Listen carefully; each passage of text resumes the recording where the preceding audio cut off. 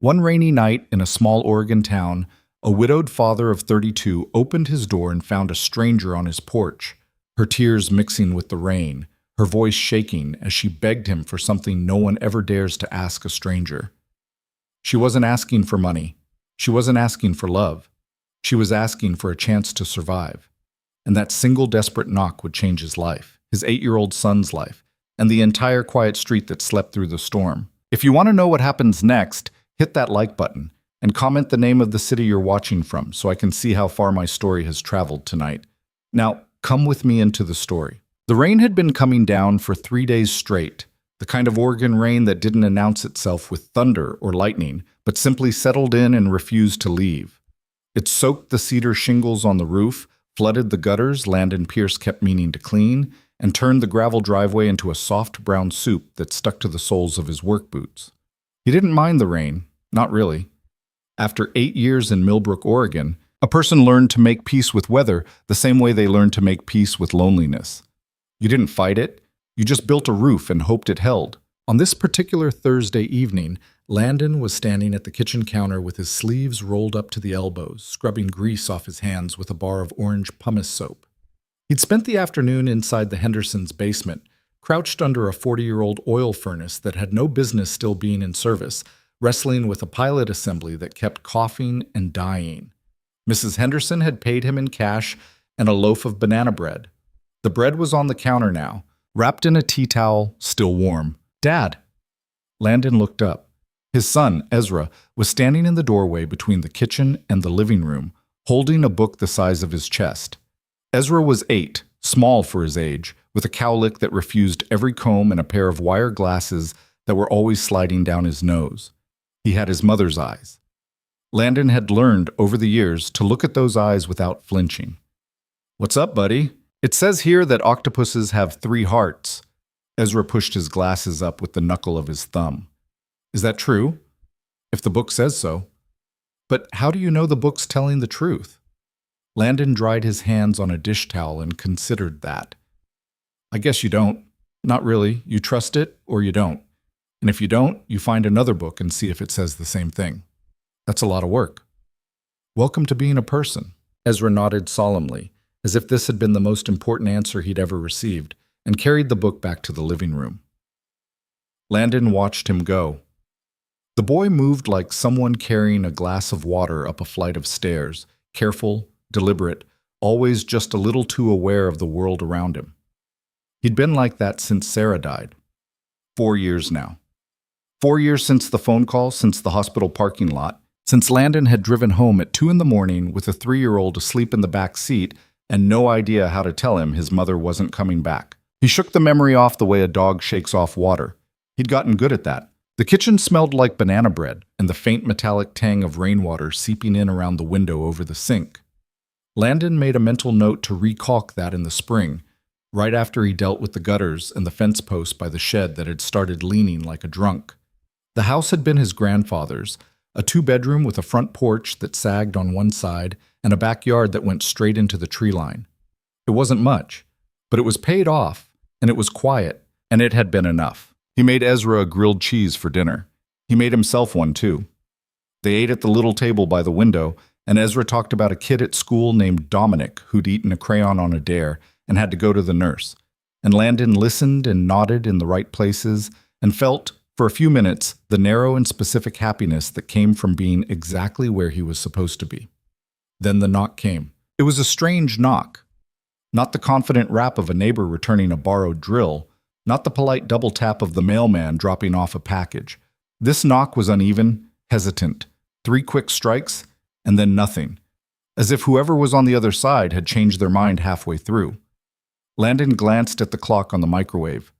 7:42. He wasn't expecting anyone. "Stay here," he said. Ezra nodded without looking up, already 3 bites deep into his sandwich. Landon walked to the front door.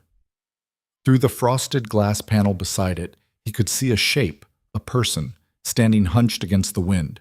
Short, soaked, trembling, maybe. He flipped the porch light on, and the figure on the other side flinched like a deer caught in headlights. He opened the door. The woman standing there was somewhere in her late 20s, though the rain and the running mascara made it hard to tell. She was small, maybe 5'3", wearing a gray cardigan that had absorbed enough water to hang off her shoulders like chainmail. Her dark hair was plastered to her forehead. She wasn't wearing a coat. She wasn't even wearing real shoes, just a pair of house slippers, one of which was missing the little cotton tassel on the front. Landon had seen her before. Twice, maybe 3 times, moving boxes out of a small U-Haul into the little yellow house across the street. 2 weeks ago, maybe 3. He'd nodded once from the driveway. She'd nodded back. That had been the full extent of their relationship. Now she was on his porch, dripping onto his welcome mat, and her eyes were red in a way that had nothing to do with the rain. "I'm sorry," she said. Her voice was low and a little hoarse. "I'm so sorry to do this. I didn't know where else. Are you hurt?" No, I'm not hurt." "Okay." He stepped back without thinking, pulling the door wider. "Come inside. You're going to freeze." "I shouldn't." "You're standing in a puddle, ma'am. Get in here." She hesitated, the way a stray cat hesitates before coming in from a storm, and then she crossed the threshold in 2 quick steps. He shut the door behind her. The warmth of the house hit her, and she made a small sound that she seemed embarrassed by, like her body had betrayed her. "Ezra," Landon called. "Grab one of the big towels out of the linen closet, would you, buddy?" "Why, shway?" "Just do it, please." He heard small feet padding up the hall. The woman was standing very still in his entryway, staring at a spot on the floor just in front of her slippers, like if she looked up, she might shatter. "My name's Landon," he said gently. "Landon Pierce." "Elena." She swallowed. "Elena Hart. I moved in across. I know, I've seen you." "Right." Her laugh was sharp and tired. "Of course you have." Ezra came back with a beach towel, the big blue one with whales on it, and stopped short when he saw her. He looked at Landon with a question in his eyes. Landon took the towel and handed it to her. "Elena, this is my son, Ezra. Ezra, this is Miss Hart. She lives across the street. She got caught in the rain." "Hi," Ezra said. "Hi." Her voice cracked a little on the word. "Buddy, go finish your dinner, okay? I'll be right there." Ezra looked at her for another long moment, the way he looked at everything, like he was taking careful notes. Then he nodded and went back to the kitchen. Landon turned back to Elena. She was holding the towel but not using it, just clutching it against her chest like a shield. "I'm not going to ask you what's wrong standing here in my hallway," he said. "Come sit down. I'll put on water. You want tea, coffee, anything?" "I can't pay you back for any of this. I didn't ask you to. I don't want you to think—" "Elena," he said it quietly. "Sit down." She sat. Not on the couch, which would have been the polite option, but in the wooden rocker by the window, the one that had been his grandmother's and that nobody sat in anymore. Maybe because it was the closest. Maybe because sitting on a couch would have meant staying. Landon didn't press it. He went to the kitchen, put the kettle on, and kept his voice low with Ezra. "Hey, buddy, I need you to do me a favor. Can you take your sandwich and your book up to my room and read in there for a little bit? Miss Hart needs to talk to me about something grown up."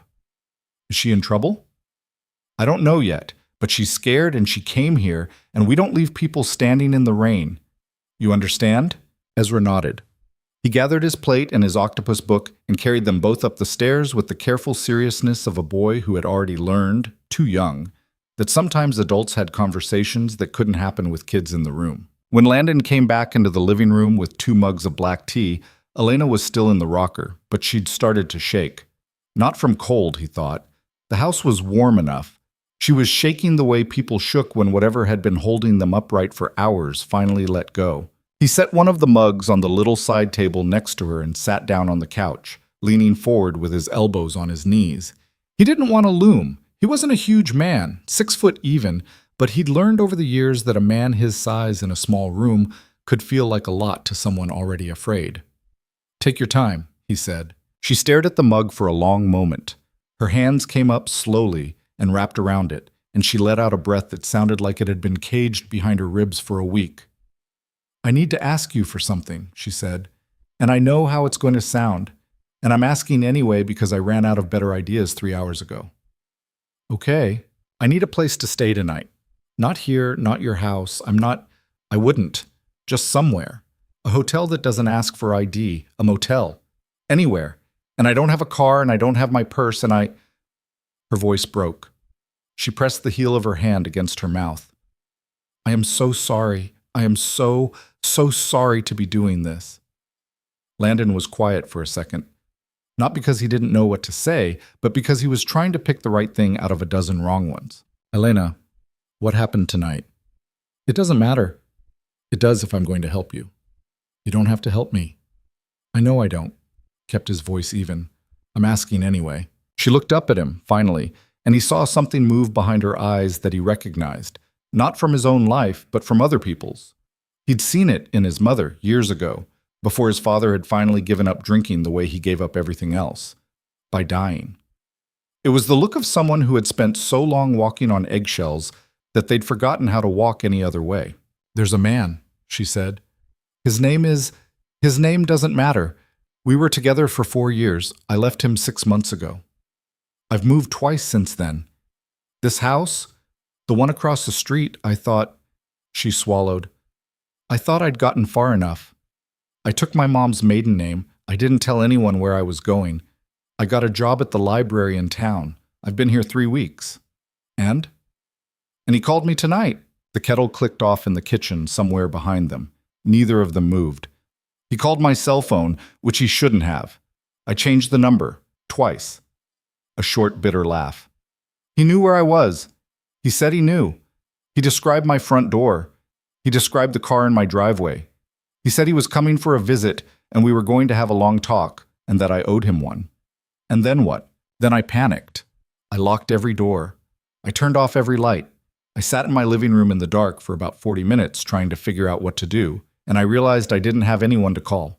My mom and I haven't spoken in 2 years. He made sure of that. My friends from before... She shook her head. I don't have those anymore. Not really. Police? I called. They said they'd send someone by. That was 2 hours ago. She wiped her nose with the back of her wrist. And I started thinking, what if he gets here before they do? What if he parks 2 houses down and walks up? What if I fall asleep? And I looked out my window and I saw your porch light on, and I saw you through the window with your little boy, and I thought, that's a man who's not going to hurt me. I don't know how I knew that. I don't. I'm sorry if I'm wrong. You're not wrong. I don't want to stay in your house. I don't want you to feel like I'm some woman who just shows up with a sad story. I just need a place to be until it's morning, somewhere he can't find me. That's all I'm asking. Landon looked at her for a long moment. How much money do you have on you? $40. In a sock drawer. Which I didn't grab because I was stupid. You weren't stupid. You were scared. There's a difference. He stood up. He walked to the kitchen, poured the tea he'd forgotten to pour, brought both mugs back and handed her hers. She took it with both hands this time. Okay, he said. Here's what we're going to do.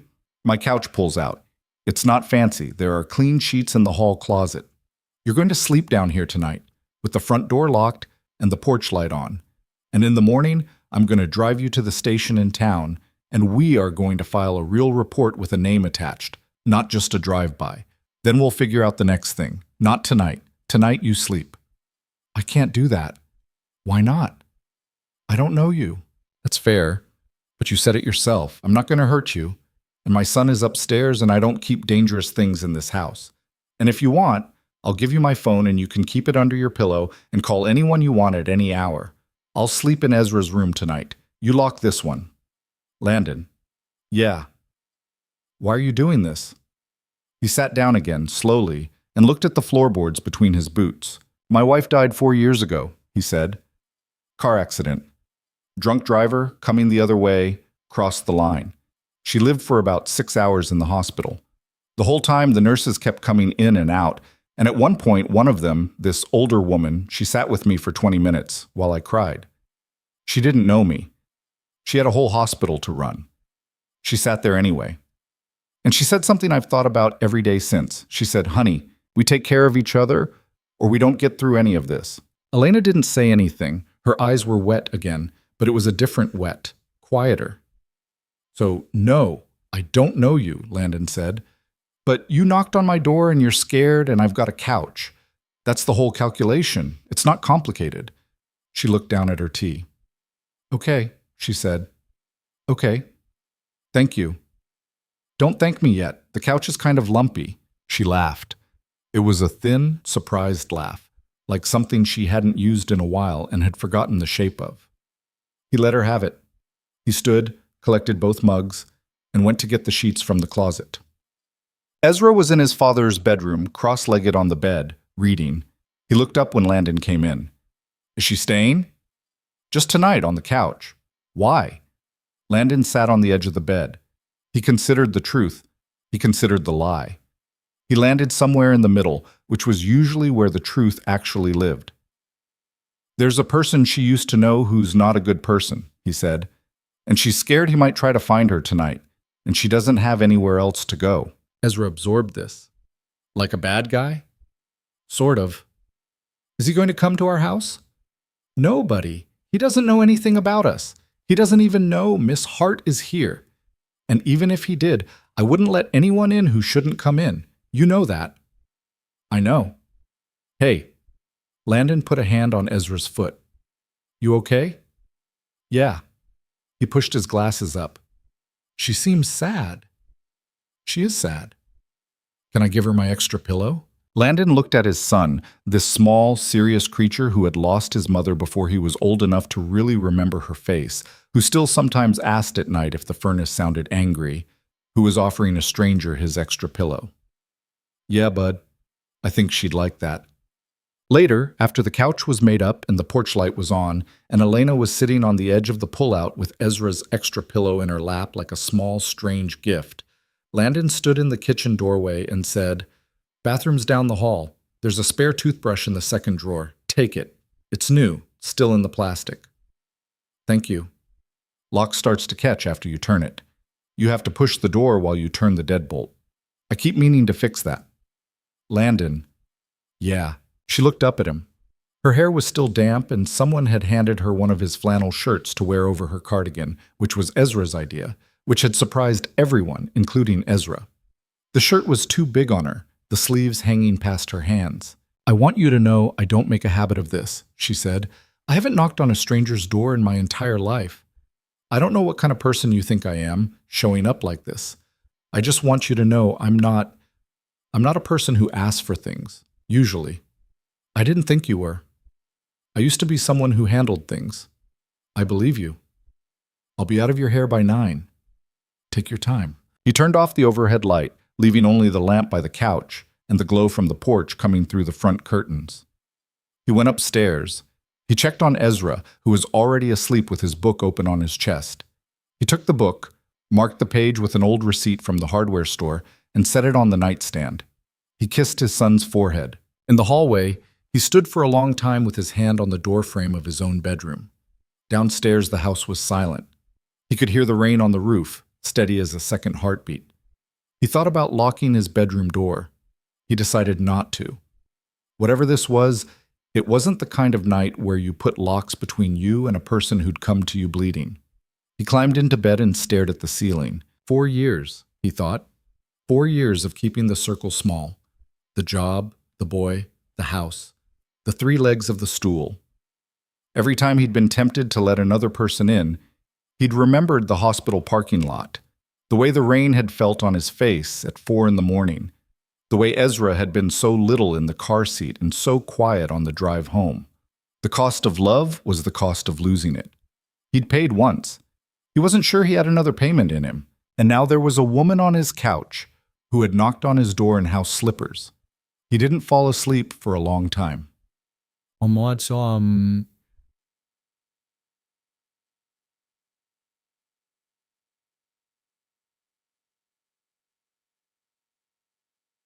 The next morning at 6:15 as usual and stopped halfway down the steps. Elena was up. The pullout was already made back into a couch, the sheets folded in a precise little pile on the armchair. She was in the kitchen with her back to him, and she was, of all things, washing his dishes. The grilled cheese pan, the 2 plates from last night, Ezra's orange juice glass. She moved quietly, efficiently, the way people moved when they'd learned to make themselves useful in other people's houses. He came the rest of the way down. You don't have to do that. She turned. She'd washed her face, Her hair was pulled back with a rubber band she'd clearly found on the counter. She looked tired, but not wrecked. Daylight had given her back a version of herself. "I know," she said. "I wanted to." "Coffee?" "Please." He made the coffee. They stood there for a minute, not talking, and it wasn't uncomfortable. He noticed that. It probably should have been uncomfortable.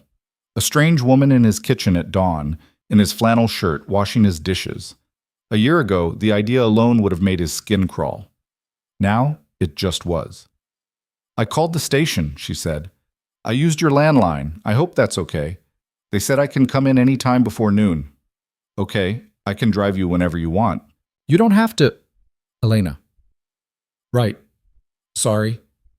He handed her a mug. She took it. Their fingers brushed for half a second, and they both pretended not to notice. And then Ezra came thumping down the stairs in his dinosaur pajamas, and the moment broke. "Is she still here?" he said, and then saw her and blushed to the roots of his hair. "Oh, sorry. Hi." "Hi, Ezra." "I wasn't saying it mean."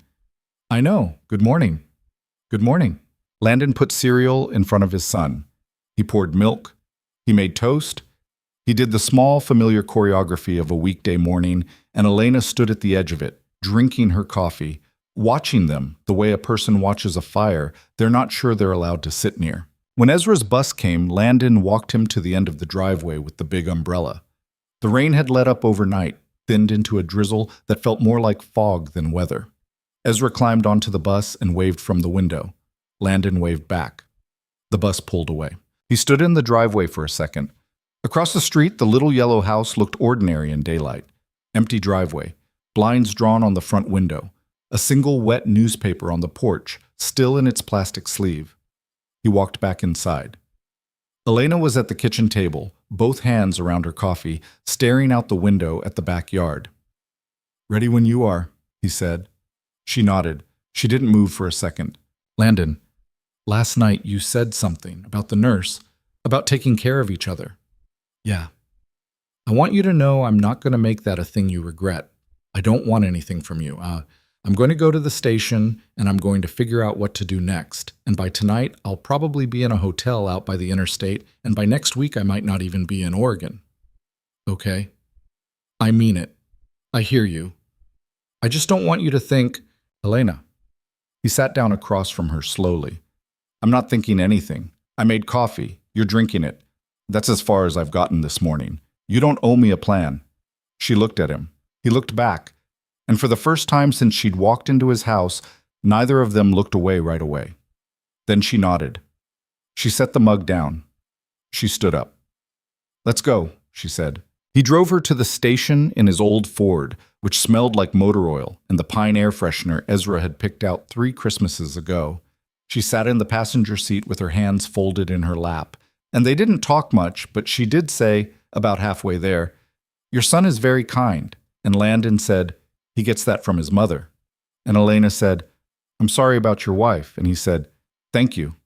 And that was the whole conversation, and somehow it was enough. At the station, the officer who took her statement was a woman in her 50s named Deputy Mara Castellanos, who listened without interrupting and wrote without looking up, and who, at the end, said very quietly, "Ma'am, I want you to understand something.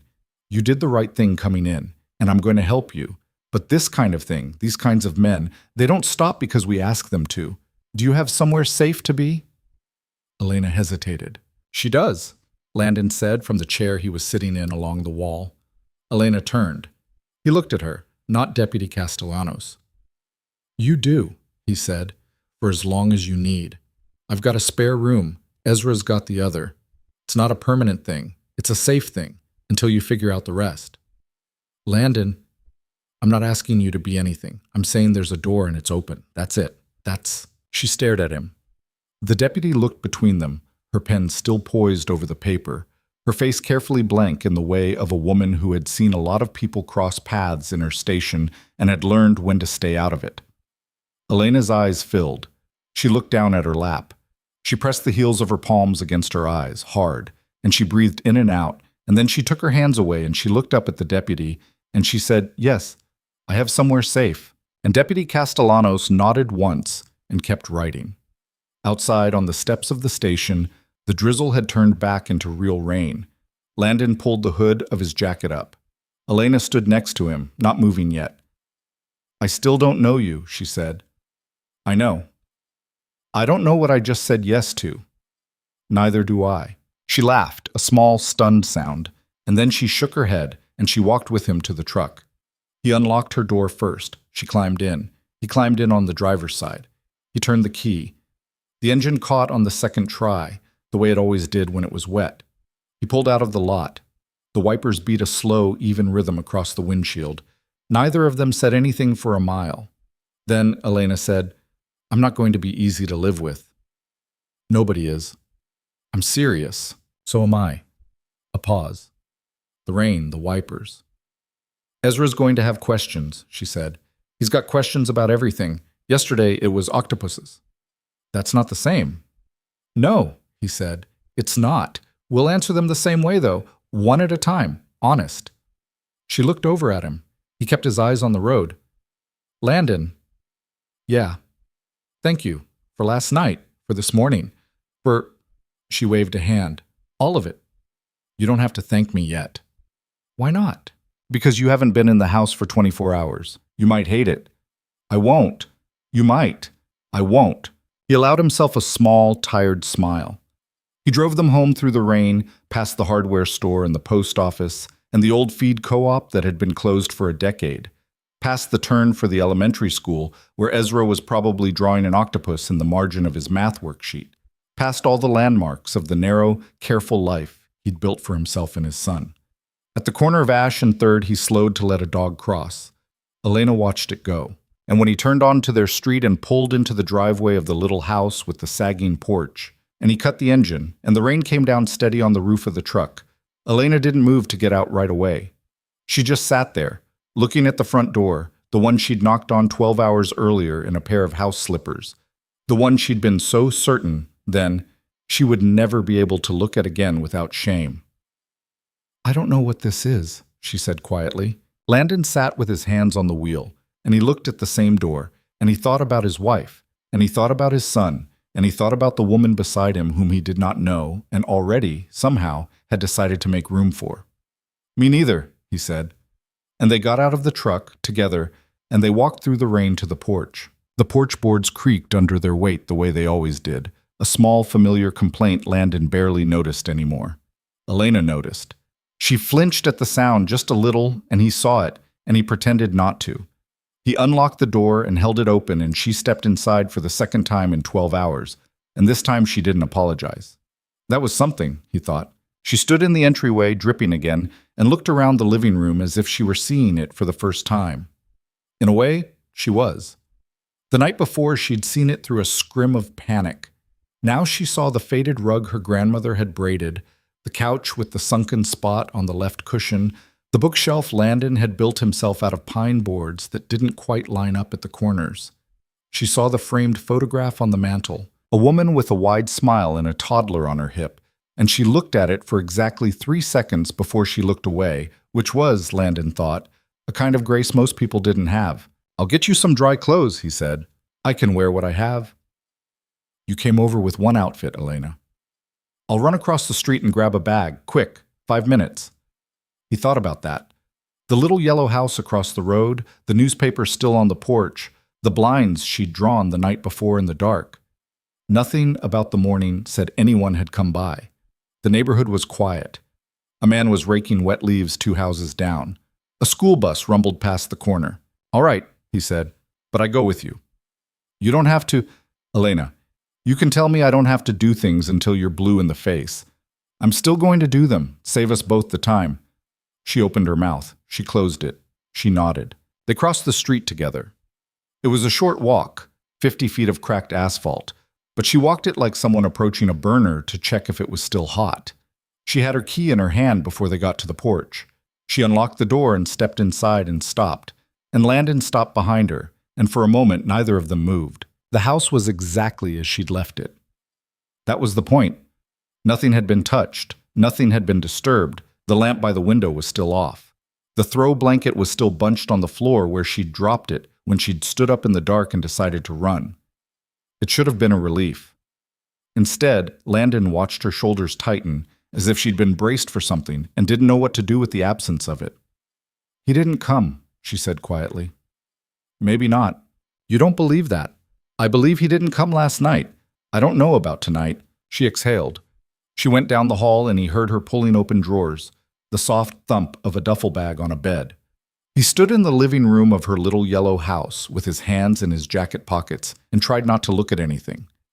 There was a book on the coffee table, dog-eared, some kind of memoir. There was a mug on the end table with a tea bag still in it, the water long gone cold. There was a small pile of mail on the counter, and on top of the pile was an envelope with no return address, and Landon, without meaning to, read the name on the front. It said Elena Whitaker, not Hart. He looked away fast.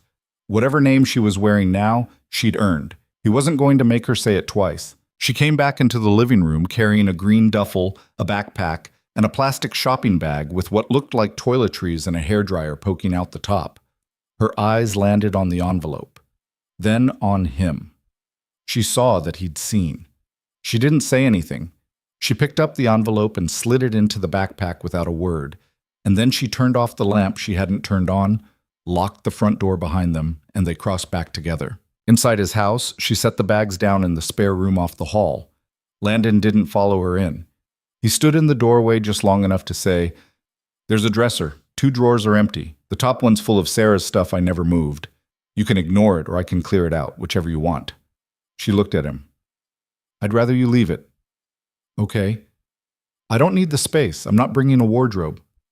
"Okay." She hesitated and then she said more softly, "And I'd rather you didn't move her things for me. I'm not her. I'd rather her things stayed where she put them." He wasn't sure he could have answered that even if he'd wanted to. He nodded once, the smallest kind of nod, and he went to the kitchen and stood at the sink for a minute with the water running over his hands that weren't actually dirty. The first week was awkward. Anyone who said otherwise would have been lying, and Landon wasn't in the habit of lying to himself. Elena kept to the spare room most of the time. She came out for meals because he insisted. She ate small portions. She cleaned up every dish she touched. She made her bed in the morning so tightly you could have bounced a quarter off it. When she walked through the living room, she walked along the edges as if there were a rug she didn't want to step on. When Ezra asked her a question, she answered it carefully, like she was afraid of breaking something. It drove Ezra nuts. "Dad," he said on the 5th night, in a whisper, when they were alone in the kitchen loading the dishwasher, "Why is she like that?" "Like what?" "Like she's a guest at a fancy restaurant." Landon almost laughed. "Because she thinks she is." "Well, she's not. She's just at our house." "She doesn't know that yet." "How do we make her know?" He considered his son, the cowlick, the glasses, the wire of him, always reading the room. "We don't force it, bud. She'll figure it out. She just needs time." "How much time?" "That's the hard part. Nobody knows." Ezra thought about that. He handed his father a plate. Then he said, "Mom wasn't like that, was she?" Landon's chest did the thing it always did when Ezra said the word mom without warning, a small closing of the throat, a reminder that his son kept her in the corner of his mouth like a candy he was afraid to finish. "No," Landon said. "Your mom walked into a room like she already lived there." "Even someone else's room?" "Especially someone else's room." Ezra smiled. It was a small, knowing smile, even though he had only the thinnest memory of her and most of what he knew he'd pieced together from Landon's stories. "Miss Hart's not like that," he said. "No. But she's nice." "Yeah, buddy, she's nice."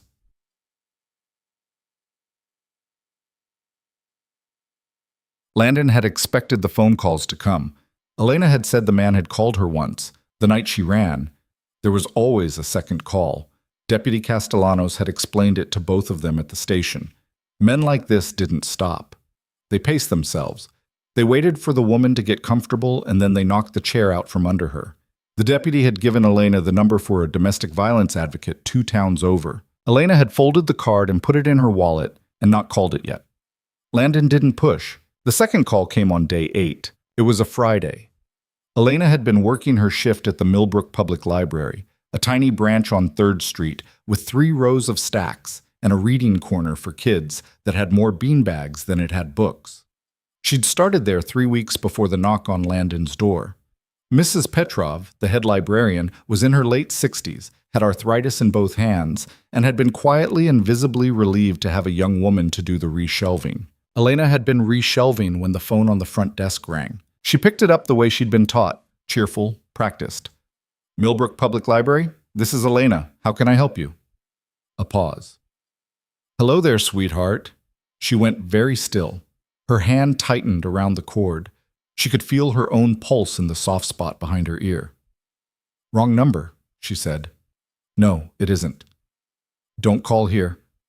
Oh, but I already did, didn't I? She hung up. She stood behind the desk with her hand flat on the receiver, and she breathed and she kept breathing, and she thought, I will not cry at the library. I will not cry at the library. She didn't cry. Mrs. Petrov came out of the back a minute later holding a box of donated paperbacks and said, You all right, honey? You look peaked. Elena said, I'm fine, ma'am. Just need a minute. Mrs. Petrov said, Take 10. Go breathe outside. Spring's coming. Elena went out the side door and sat on the concrete step and put her face in her hands and tried to remember how to be a person who had a normal Friday afternoon.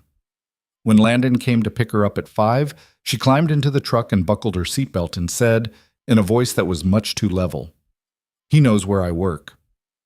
Landon didn't start the truck. He put his hands on the wheel and looked out the windshield at the empty street, and he said, Okay. He called. What did he say? He called me sweetheart. He said I didn't have the wrong number. I hung up. Good. I don't think it was good. It was good. You hung up. She pressed her palms against her knees. Her hands were shaking. She hated that they were shaking. She hated that a voice on a phone, a disembodied voice coming through a plastic receiver in a small-town library, could reach into her body and set everything trembling. 4 years of that voice, 6 months of not hearing it, and still, like a dog trained to a whistle, her whole body had gone dry and cold at the first syllable. Elena, I'm okay. You don't have to be. I know. I just am. He let a minute pass. Then he said, I'm going to call Deputy Castellanos when we get home. Okay? And tomorrow we're going to go see the advocate at the number she gave you. She didn't answer right away. She stared out the passenger window at the brick wall of the library and at a single yellow dandelion that had pushed itself up through a crack in the concrete. Okay, she said. That night, after Ezra was asleep, Elena came out of the spare room in her sweatpants and a t-shirt that had a faded picture of a cartoon bear on it, and she sat on the couch, and she didn't say anything. She just sat. Landon was at the kitchen table going through a stack of invoices for the month, the kind of paperwork he usually did at the end of a long day because it put him to sleep faster than anything else. He looked up at her over his reading glasses, which he'd only recently admitted he needed. You want tea? No? Company? She thought about it. Yes. He got up. He left the paperwork. He sat on the other end of the couch with a full cushion between them because he didn't know her well enough yet to sit closer, and he didn't know his own heart well enough yet to sit farther. The television wasn't on. The house was quiet. Outside, a car passed. A dog barked once, 2 streets over. Tell me something, he said finally. Like what? Anything. Something that has nothing to do with him. She thought. For a long time, she thought. And then she said, When I was 9, I had a goldfish named Admiral. Admiral? Admiral Bubbles, actually, but he went by Admiral. That's a good fish name. Thank you. I won him at a county fair. My dad said he'd be dead in 3 days. He lived for 11 years. 11? 11. He outlived my dad. Landon let that sit because it wasn't the kind of thing you rushed past. I'm sorry. It's okay. My dad wasn't a bad man. He was just a tired one. Those aren't always different. No, they aren't. They were quiet for a minute. What about you? She said. What about me? Tell me something. Something that doesn't have anything to do with... She gestured vaguely at herself, at the spare room, at her whole situation. Any of this. He thought about it. He thought about Sarah. He thought about how every story he had that didn't involve her was either before he'd met her, when he was a kid, or after she was gone, which was all grief. And then he thought of something, and he smiled without meaning to. When Ezra was 3, he said, about 4 months after his mom died, we went to the grocery store, just the two of us. He was in the little seat in the cart, and we turned down the cereal aisle, and there was a display of these big cardboard cutouts, like a life-size tiger, I think. Some cereal mascot. And Ezra looked at it and he said, very seriously, he said, Dad, that tiger isn't real. Okay. And I said, no, buddy, that tiger isn't real. And he nodded. And then about 5 minutes later, in the bread aisle, he looks up at me and he says, Dad, are you real? Elena laughed. It was a surprised laugh, warm, from her stomach. What did you say? I said, yeah, bud, I'm real. And he said, are you sure? And I said, pretty sure. And he thought about that for another minute, and then he said, okay, because you're all I've got. Elena's smile faded slowly. She looked at him. He said that? He said that. 3 years old. 3 years old. What did you do? I left the cart in the bread aisle, carried him out to the truck, and cried for about 20 minutes with him in my lap. Then we went home and ordered pizza. That's a hell of a story, Landon. Yeah, it is. The distance on the couch felt smaller than it had before. Neither of them had moved. Thank you for telling me, she said. Thank you for asking. She tucked her legs up under herself. She let her head rest against the back of the couch. For the first time since she'd come into his house, she looked like she was resting, not braced. Landon, yeah. I'm going to pay rent. Elena, I'm going to pay rent. Not a lot. I don't have a lot. But I'm going to pay something every month, and I'm going to buy my own groceries, and I'm going to do laundry on Sunday nights because I've noticed that you do yours on Saturdays, and I don't want us to collide. And I'm going to fix that thing on the porch railing you keep saying you'll fix because I worked in a hardware store for a year in college, and I can fix it in an afternoon. He raised an eyebrow. You worked in a hardware store? For 14 months. Don't test me on wood screws. Wouldn't dream of it. I'm serious about all of it. I know you are. I'm not going to be a guest. I'm not going to be a project. If I'm going to be here, I'm going to be here. Honest, that's the deal. He looked at her for a long time. There was something in her face that wasn't there a week ago. A kind of edge. A small, tired clarity. Deal, he said. She held out a hand. He took it. They shook once, like business partners. And then she let go. And neither of them said what both of them were thinking, which was that her hand was small and cold, and his was warm and calloused, and for about a second and a half, neither of them had wanted to let go. The next weeks were a different kind of week. Elena stopped walking along the edges of the house. She still kept her own space, still closed the door of the spare room at night, still said please and thank you for things that didn't need them. But she moved through the kitchen like a person with somewhere to be. She fixed the porch railing on a Saturday afternoon with a drill she borrowed from Landon's garage. And when he came out to check her work, she'd already sanded the split post and rubbed it with the exterior stain she'd found on his shelf. That'll hold through winter, she said. And he looked at the clean line of the repair and said, Where'd you learn to countersink like that? And she said, A man named Dale who smelled like Old Spice and cigars and taught me everything I know about hardware that mattered. Landon laughed. It was the first time he'd laughed out loud in the house in a while that didn't involve Ezra. Ezra noticed things the way Ezra noticed everything. He started saving the comics section of the Sunday paper for her because she'd mentioned offhand that she used to read Peanuts with her grandfather. He asked her, one evening at dinner, if she wanted to see his rock collection, which was, to be clear, a shoebox with 12 rocks in it, and she said yes, and she sat on the floor of his room with him for 40 minutes while he named each one. When Landon looked in from the hallway, Elena was holding a piece of quartz up to the lamp like she was appraising it for a museum, and Ezra was watching her face with an expression Landon hadn't seen on him since he was very small. Attention, expectation, trust. It scared Landon. He wasn't going to lie to himself about that either. He sat down with Ezra one night on the edge of the boys' bed. It was close to 10. The house was quiet. Elena was doing her Sunday laundry downstairs. Hey, bud. Yeah. I want to ask you something. Okay. How do you feel about Miss Hart being here? Ezra considered the ceiling for a long time. I like it, he said. That's okay to say, by the way. It's also okay if you don't. I know. I just want you to know that however you feel about it, you can tell me. Even if it changes, even if one day you feel different from how you feel tonight, you're allowed. Dad. Yeah. You're using your serious voice. Am I? Yeah. The one you use when you're worried about me. Landon smiled in spite of himself. Sorry. It's okay. Ezra rolled onto his side, facing him. I like her. She's different. Different how?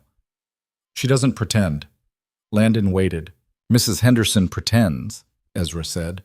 When she talks to me, she uses the voice grown-ups use when they think kids are dumb. Miss Hart doesn't do that. She just talks to me like I'm a person.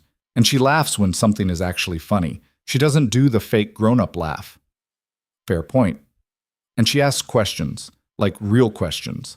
Not the kind grown-ups ask kids to be polite. Like what? Like today, she asked me if I thought my octopus book was right about the 3 hearts. Or if maybe the book was oversimplifying. That's the word she used. Oversimplifying. That's a good word. I liked it.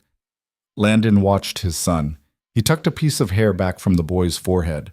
I just want to make sure you know, he said, that if Miss Hart is here for a while, or if she's not here for a while, none of that changes anything about you and me. You and me is the thing that stays. You understand? Yeah. Okay. Dad. Yeah. Are you going to marry her? Landon froze with his hand still on his son's hair. No, bud, that's not... No, she's a friend who needed a safe place. That's all this is. Okay. Ezra's eyes were sleepy. But if you did, that'd be okay. He rolled over. He pulled the blanket up. He was asleep in about 3 minutes, the way only 8-year-olds could be. Landon sat there for a long time with his hand on the boy's back. He went downstairs eventually. Elena was folding towels on the coffee table, a small basket beside her. She looked up when he came in. She must have seen something in his face because she said quietly, "You okay?" "Yeah." "You don't look okay." "I'm fine." He sat in the armchair. He didn't say anything for a minute. "He's a good kid," she said. "I know. He asked me yesterday if I knew what a stalactite was. I said yes. He looked so disappointed." Landon laughed, a tired laugh. "He likes being the expert." I could tell. A silence. "Elena?" "Yeah." "He asked me tonight if I was going to marry you." Her hand stopped moving on the towel. She set it down, carefully, precisely, the way she did everything. "What did you tell him?" "I told him no. That you were a friend who needed a safe place. That's what this is." She nodded. She kept nodding, small, distracted nods like a person in a conversation in her own head. "Okay," she said. "I just wanted you to know I didn't want him to ask you that out of nowhere. I didn't want you to be surprised by it." "Thank you." I wasn't saying, Landon. Yeah, it's okay. She looked down at the towel in her lap. She smoothed a wrinkle that wasn't there. She didn't look up for a long time. "I don't know what I want," she said finally. "You don't have to know." "I don't know what I'm allowed to want." He looked at her. The small, straight line of her shoulders in the lamplight. The way her hair, which had dried and grown out a little in the weeks she'd been here, was starting to curl again at the ends. The flannel shirt she was wearing, which was still technically his. "Elena, you're allowed to want anything." "That's not true. Not for me. Not for a long time." "It's true now." "I don't know if I believe you." "Then don't believe me yet. Believe me later." She looked up. Her eyes were wet. She didn't cry, but they were wet. "I used to want a family," she said. I don't even know the whole thing. A house, a porch, a kid, a partner who wouldn't." She stopped. She breathed. Who wouldn't? And I lost all that. Not because anyone took it from me exactly, because I gave it up piece by piece, because every time I wanted something, he found a way to turn it into a thing I was wrong to want. And after a while, I stopped wanting. I stopped completely. For 6 months after I left, I couldn't even pick out what I wanted for dinner. I'd stand in the grocery store with an empty basket and cry in the cereal aisle. "I'm sorry. Starting to want things again." "Yeah? Yeah. That's good. Is it? Because I'm sitting in your living room folding your towels and I'm starting to think I want—" She stopped. She pressed her lips together. She shook her head. "I don't even know what I want. That's the problem. I don't trust my own wanting. I've been wrong about what I wanted before. I've been wrong about everything before." Landon stood up. He crossed the room. He didn't sit on the couch next to her because he wasn't sure she wanted that, and he wasn't sure he could trust his own body if he did. Instead, he crouched down in front of the coffee table on the other side of the towels, and he looked up at her. "Elena." "Yeah." "I don't know what I want either." "Oh, I haven't known what I wanted in about 4 years. I've wanted my son to be safe. I've wanted my wife back, which isn't a thing the world gives you. Past that, I haven't let myself think about it. I haven't been able to." "Okay. So whatever we're figuring it out at the same speed. I'm not ahead of you. Don't feel like you're behind." She nodded. She started to cry, quietly. Not the way she'd cried on his porch, which had been a breaking, but the way people cried when something inside them was slowly, finally, letting go. "Come here," he said. She hesitated, and then she leaned forward over the towels, and he caught her awkwardly, half hug, half bracing, and she put her forehead against his shoulder, and she breathed in and out, and she did not let herself fall apart, because she'd decided a long time ago that she was done falling apart on strange men's shoulders. But this one, she thought, wasn't strange anymore. The next morning at breakfast, Ezra said, "I think we need a rule." And Landon and Elena both looked up from their respective coffees. "What rule?" "We need a Saturday dinner rule. Like, on Saturdays, all 3 of us eat at the table together, not in front of the TV, not with books." "We don't eat in front of the TV." "Sometimes you do." "All right, fine. Saturday dinner rule." "And," Ezra said, looking at Elena, "you have to pick what we eat." "Me?" "Yes, because you never pick." "I pick sometimes." "You pick what Dad already made," Elena laughed. "That's true." "So Saturday, you pick." "Okay, Saturday I pick." "Deal. Deal." Landon watched them. The boy with syrup on his chin, the woman with her hands around a mug, both of them smiling a little. Both of them pretending this was a small thing when it wasn't small at all. He thought about the phone call at the library. He thought about the envelope in her backpack with a different last name on it. He thought about the little yellow house across the street, still empty, still waiting. He thought about how much a person could rebuild in 3 months and how easy it was to knock it down. And he thought about Sarah, for the first time in a few days, which used to feel like a betrayal and now felt, strangely, like a conversation he was having with her in his own head.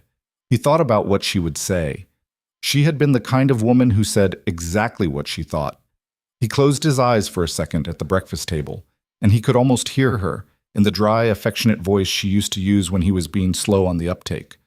"Pay attention, Landon. She's at your table." He opened his eyes. Elena was watching him. "You all right?" she asked. "Yeah," he said. "I'm all right." Outside, a truck turned onto their street and slowed down as it passed the little yellow house across the way. It was a black pickup, newer model, tinted windows. It didn't stop. It kept going, but slowly, the way a person slows down to memorize an address. Landon saw it over Elena's shoulder through the kitchen window. She didn't see it. Ezra didn't see it. The truck reached the end of the block, turned right, and was gone. Landon drank his coffee and kept his face completely still. "What are we having Saturday?" he said. "I don't know yet," Elena said. "Something good," Ezra said. "Something good," she agreed. And Landon set down his mug and he looked at both of them, at the small, fragile table he had somehow built without realizing he was building it, and he made a quiet promise to himself that he did not say out loud. Not this one. Not this time. He was not going to lose another one. The black pickup came back on Thursday. Landon was on his knees in his own garage, elbow deep in the guts of a dishwasher he'd hauled home from a service call 2 towns over, when he heard the slow hiss of tires on wet pavement and something in his shoulders went tight. He set down the wrench. He walked to the open garage door and leaned against the frame, wiping his hands on a shop rag, and watched. The truck rolled past his driveway at maybe 10 miles an hour. The windows were tinted dark enough that he couldn't see a face, only the shape of a man behind the wheel, big across the shoulders, head turned toward the little yellow house across the street. The truck didn't stop. It didn't speed up either. It moved the way a man moves through a grocery store when he already knows where everything is. Landon memorized the plate. Oregon. 3 letters, 4 numbers. He said it out loud twice under his breath and walked back into the garage and wrote it in pencil on the inside of an old furnace filter box. Then he went inside, washed his hands, and called Deputy Mara Castellanos. "It's Landon Pierce." "Mr. Pierce, everything all right?" "Black Ford F1, 5.0 newer model, tinted windows. Just rolled past my house slow. Plate numbers EHR 4429, Oregon. Second time I've seen it this week." A pause. He heard her pen scratch. "You think it's our guy?" "I think I don't know anyone else who's got a reason to drive past my house twice at the pace of a funeral procession." "Is Miss Hart home?" "She's at the library. I'm picking her up in about an hour." "All right, I'll run the plate. You pick her up, you bring her straight back. And Mr. Pierce, don't confront anybody. Not in a truck, not on a porch, not anywhere. You see him, you call me." "Yes, ma'am." He hung up. He stood at the kitchen counter for a minute, staring at the phone. Then he picked up his keys, locked the house, and drove to the library 20 minutes early. Elena was reshelving when he came in, a cart of returned picture books beside her, and she looked up when the bell over the door rang. She smiled the small automatic smile she gave every patron. Then she saw his face, and the smile slid off. "Everything okay? Can you leave early?" "Mrs. Petrov's in the back. Let me ask." She came out 2 minutes later with her coat on and her bag over her shoulder, and she didn't ask any questions until they were in the truck with the doors closed. "What happened?" "Black truck came past the house today, same one I saw the morning after you moved in." "You didn't tell me about the first time." "I didn't want to scare you over something I wasn't sure about." "Landon, I know. You don't get to do that." "I know." She sat with her hands in her lap. She didn't look at him. She looked out the windshield, at the cracked parking lot, at a pigeon picking at a paper bag by the curb. "It's him," she said. "Probably. It's definitely him. Deputies running the plate will know by tonight." "I don't need the plate to know." "Okay. His name's Preston." She said it like she was spitting something out of her mouth. "Preston Vaughn. His father owns a company in Eugene. Construction, commercial mostly. Preston works for him. Has his whole life. He's 36. He drives a black F-150 because his father drives a black F-150. That's about the most I can say about who Preston is as a person." "Okay. He doesn't drive 3 hours up the coast to visit anyone. He's here because of me." "All right." She turned and looked at him. Her jaw was set in a way he hadn't seen before. "I want to be done running," she said. "I've been running for 6 months. I ran from Eugene. I ran from Coos Bay. I moved into that little house across the street, and I thought, this is the last place. I don't want to move again. I don't want to change my name again. I don't want to sit in another library parking lot waiting for a man to drive by slow." "Okay. So what do we do?" Landon drove them out of the lot before he answered. He turned onto 3rd Street, past the post office, past the boarded-up feed co-op. The rain had stopped. The sky was that flat silver it got in April when it couldn't decide whether to clear or start over. "We do it legal," he said. "We don't do it stupid. We get a restraining order. We file every piece of paper there is to file. We get the deputy on our side, and we get that advocate on our side, and if he shows his face within a mile of our block, we have the paperwork to put him in a cell. That's the play. What if that doesn't work? Then we try the next thing, but first we try this." She nodded slowly. She was quiet the rest of the drive. When they pulled into the driveway, she didn't get out right away.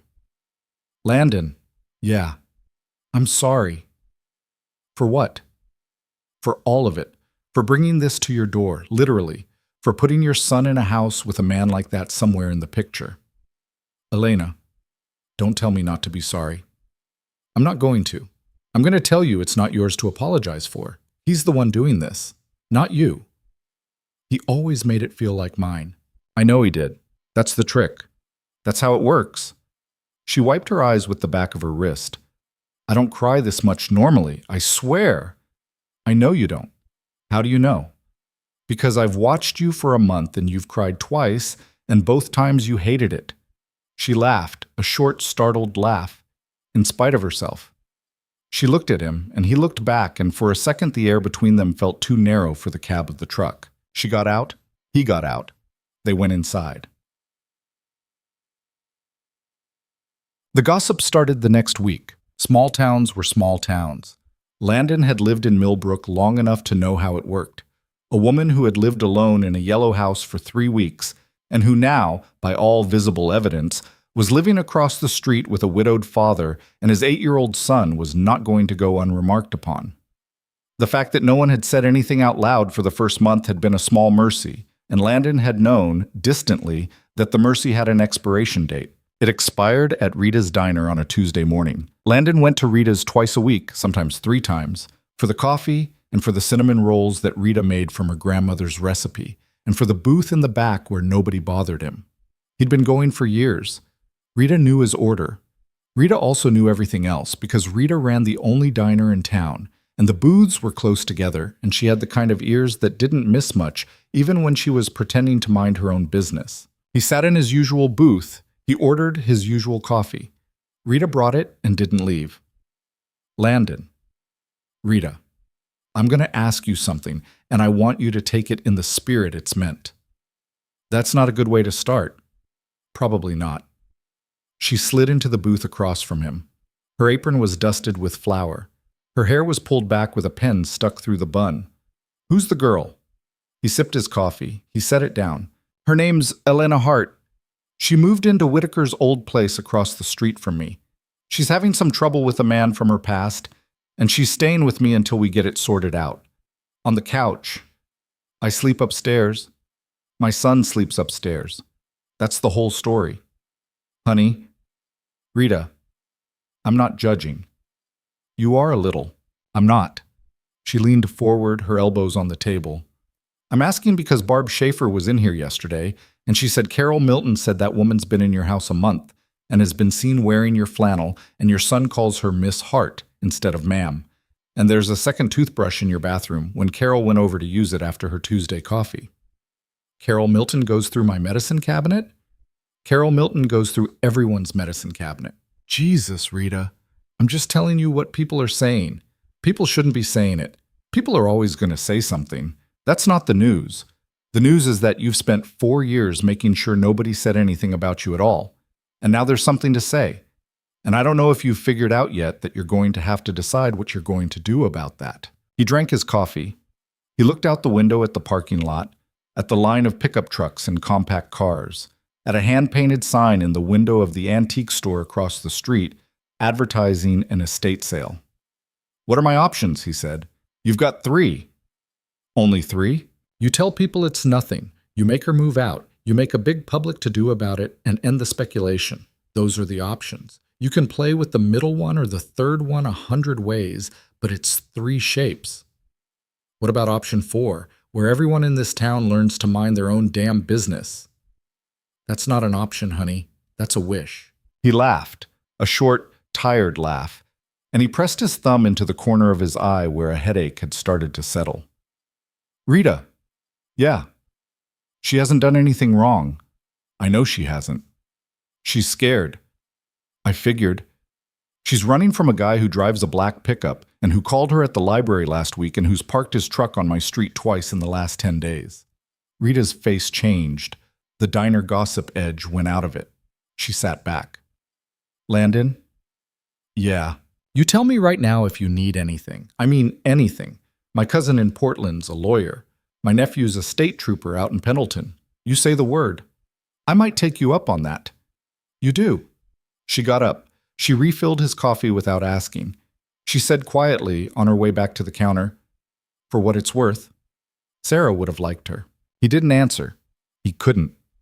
He sat with the coffee, and he stared at the steam coming off it, and he thought about his wife, who had been dead 4 years, and about how in all that time nobody in this town had said her name to him without a softness in their voice that was half condolence and half warning, like they were worried that saying her name too loud would break something in him. Rita had said it the way you said the name of a friend, the way Sarah had been her friend. He left a 20 on the table. He drove home. He sat in the driveway for 10 minutes before he went inside. That night, after Ezra was in bed, he told Elena. All of it. The truck, The deputy, the plate, Rita, Carol Milton going through the medicine cabinet.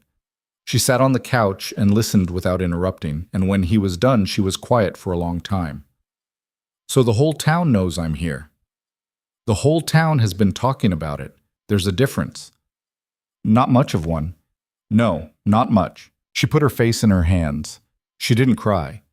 She just pressed the heels of her palms against her eyes like she was trying to push something back into her head. I'll go, she said. What? I'll go. I'll move out.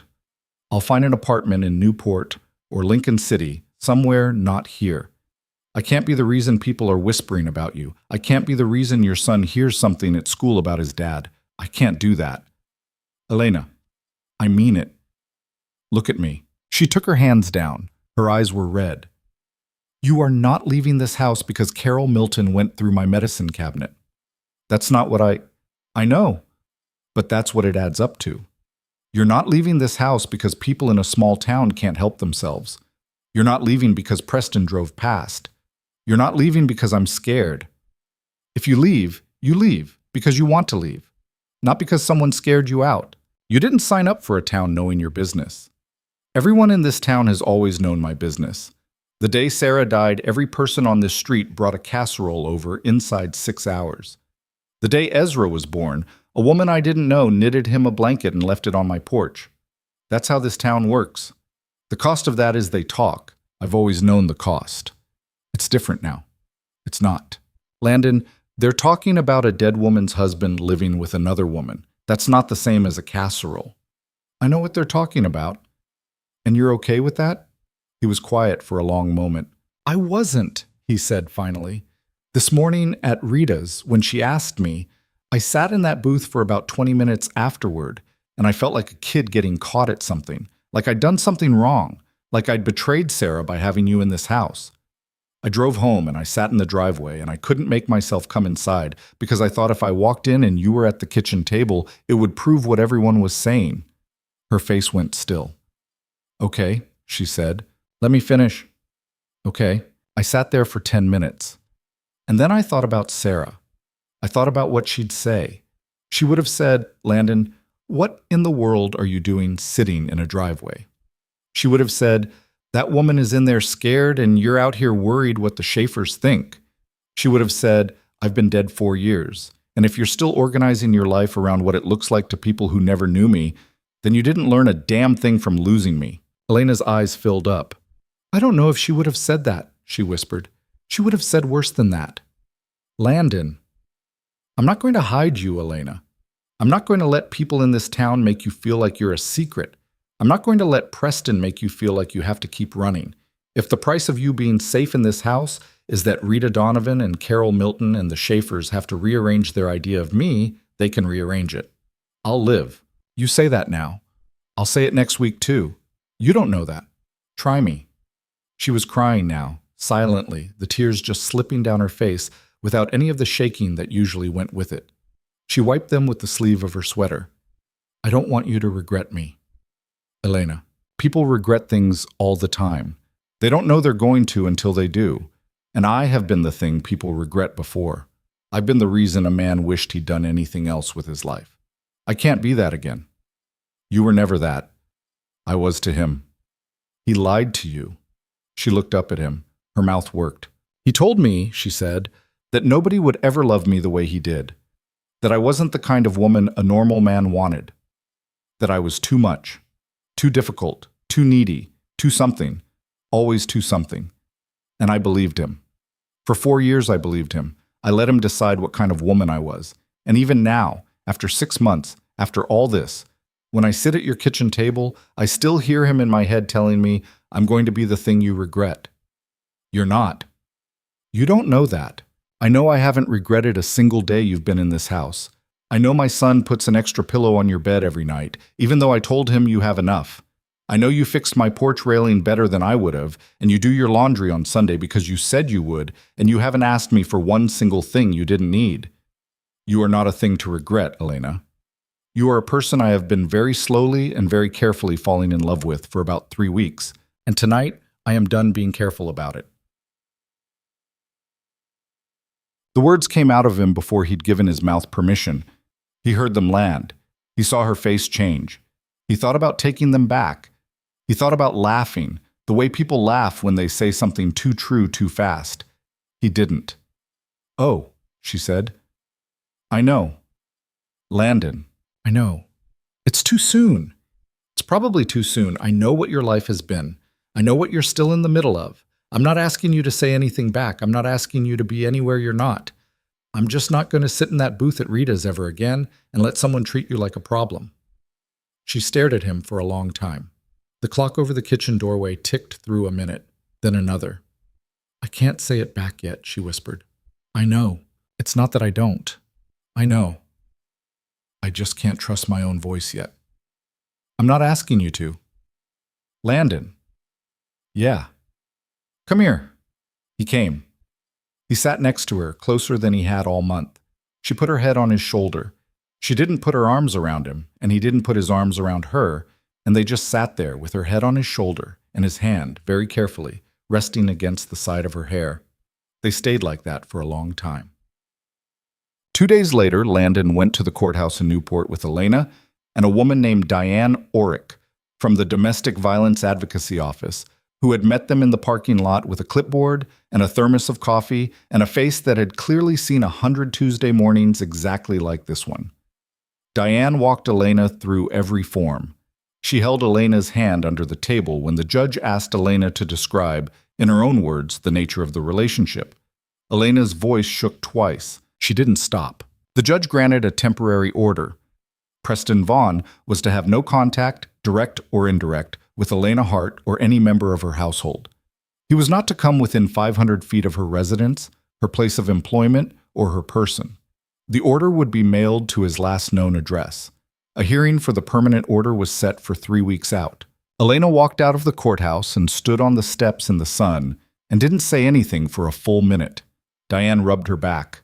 Landon stood a respectful step behind them. "How do you feel?" Diane asked gently. "Tired," Elena said. "That's right. And angry. That's right, too. I should have done this 6 months ago." "Elena, listen to me. Women who do this never do it fast enough in their own minds. You did it exactly as fast as you were able to do it. That's the only clock that matters." Elena nodded. She hugged Diane, quick and hard, and Diane hugged her back, and then Landon drove Elena home. On the drive, Elena said, "I want to stop being afraid." "You're allowed. Saying that and doing it are different." "I know. How long until I stop?" "I don't know. A while." "That's not a real answer." "It's the only one I've got." She rolled her window down. The air off the coast came in, cold and salted. She closed her eyes against it. "Landon." "Yeah." "Will you take me to the ocean sometime?" "Now?" "No, just sometime. I've lived an hour from the coast for 6 months and I haven't seen it once." "Saturday." "Saturday?" "Saturday. All 3 of us."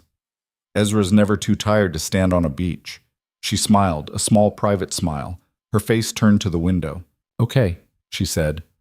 "Saturday." Saturday was supposed to be the beach. It was not. Saturday started out like any other Saturday. Ezra came down in his pajamas asking if they could have French toast. Landon made French toast. Elena made coffee and cut up strawberries. The 3 of them sat at the table, and Ezra told them about a show he'd watched where a man lived alone on an island with a volleyball. Elena said she'd seen that movie. Ezra said it was based on a real guy, probably, and Elena said, "No, honey, that one's made up." And Ezra said, disappointed, "Oh." Around 10, Landon went out to start the truck because the battery had been slow in the mornings. Elena was inside putting sunscreen in a bag. Ezra was hunting for his swim trunks, even though Landon had told him twice the ocean was going to be too cold to swim, and they were just going to look at it. Landon opened the driver's door. He slid in. He put the key in the ignition. He looked up. The black Ford F-150 was parked across the street, in front of the little yellow house. The driver's door was open. A man was standing next to it, leaning against the side of the truck with his arms crossed. He was tall. He was big across the shoulders, just like Landon had thought.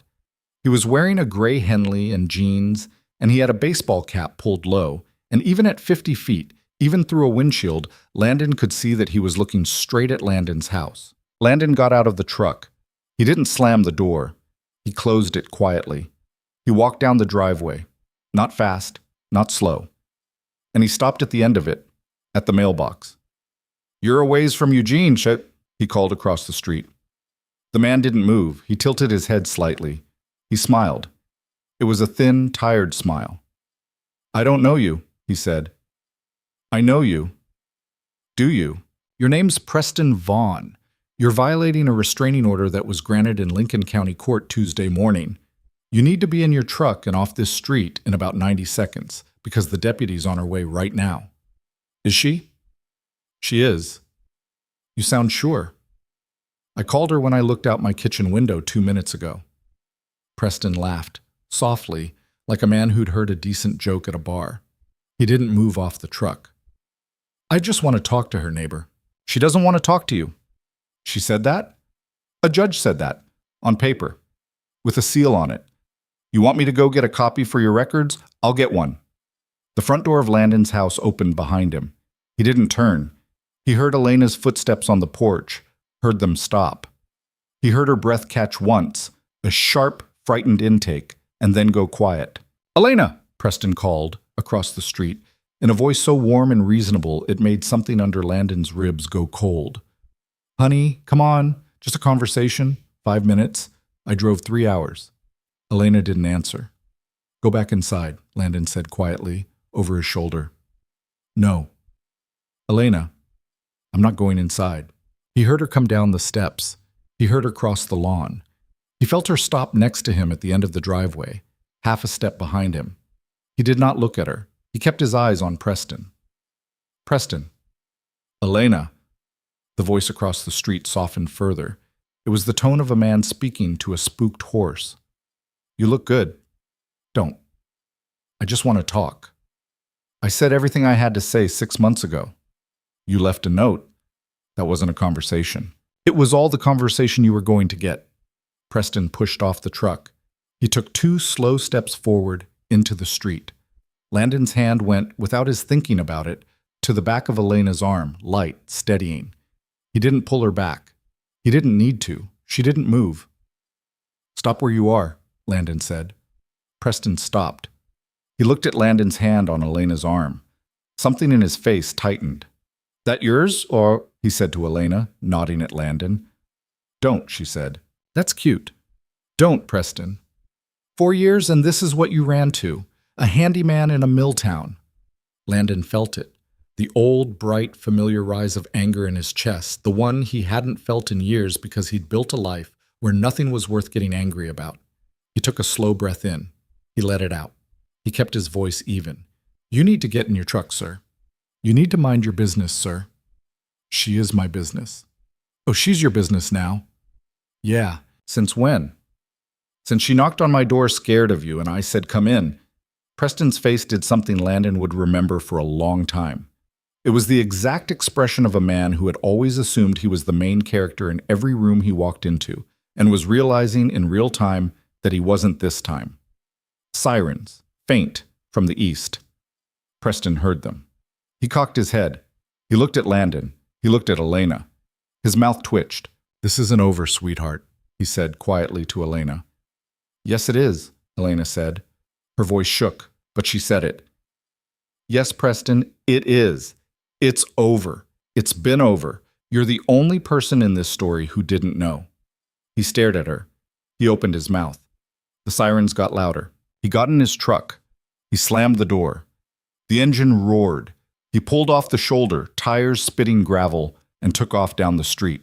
And at the corner of Ash and 3rd, he met the sheriff's cruiser coming the other way. The cruiser hit its lights. It swung around. It followed him out of sight. Landon's hand was still on Elena's arm. She was shaking, hard. He turned to her. He put his other hand on her other arm, and she looked up at him. And for a second, the whole street, the wet asphalt and the parked cars and the open garage doors, and the faces he could already see appearing in windows up and down the block, none of it existed. "You okay?" he said. She didn't answer. She put her forehead against his chest. She breathed in and out. Up and down the street, neighbors were stepping out onto their porches. The Schaefers. Carol Milton, coffee in her hand. Old Mr. Grady, 2 houses down, in his bathrobe. They were all looking, every single one of them. Landon didn't care. He put his arms around Elena, right there in the street, in the middle of Saturday morning, in front of Carol Milton and the Schaefers and whoever else in this town thought they had a right to an opinion. He put his chin on top of her head. He held her while she shook. "I've got you," he said, low into her hair. "I've got you. I've got you. I've got you." Behind them, on the porch, the screen door creaked. Ezra stepped out, barefoot, in his pajamas, holding his swim trunks in one hand. He stood there for a second, watching. Then he walked, slowly, down the steps, across the lawn. He stopped at the end of the driveway. He looked up at his father and the woman his father was holding, and he didn't say anything. He just stepped in, quiet as a small cat, and he pressed himself against Elena's side and put his arm around as much of her waist as his arm could reach. Elena made a sound. It was a sound Landon had never heard a person make before. It was half a sob and half something else, something that had been locked behind her ribs for 4 years. She let go of Landon with one arm, just enough, and put that arm around Ezra. She pulled him in. The three of them stood there in the driveway, in the cold, bright morning, and they did not move for a long time. Carol Milton, Landon noticed eventually, had gone back inside her house.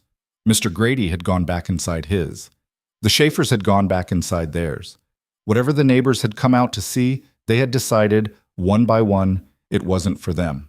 The street was empty again, and the three of them, finally, slowly, walked back up the driveway together, and they went inside, and Landon closed the door behind them, and he turned the deadbolt, and he stood there for a second with his forehead against the wood, and he thought very clearly, the first clear thought he'd had in 4 years. This is my family. This one. This is the one. They did not go to the ocean that Saturday. They sat in the living room with the television off and the blinds half drawn, and Ezra, who had not let go of Elena's hand since they'd come inside, finally said, around 11 in the morning, "I'm still hungry."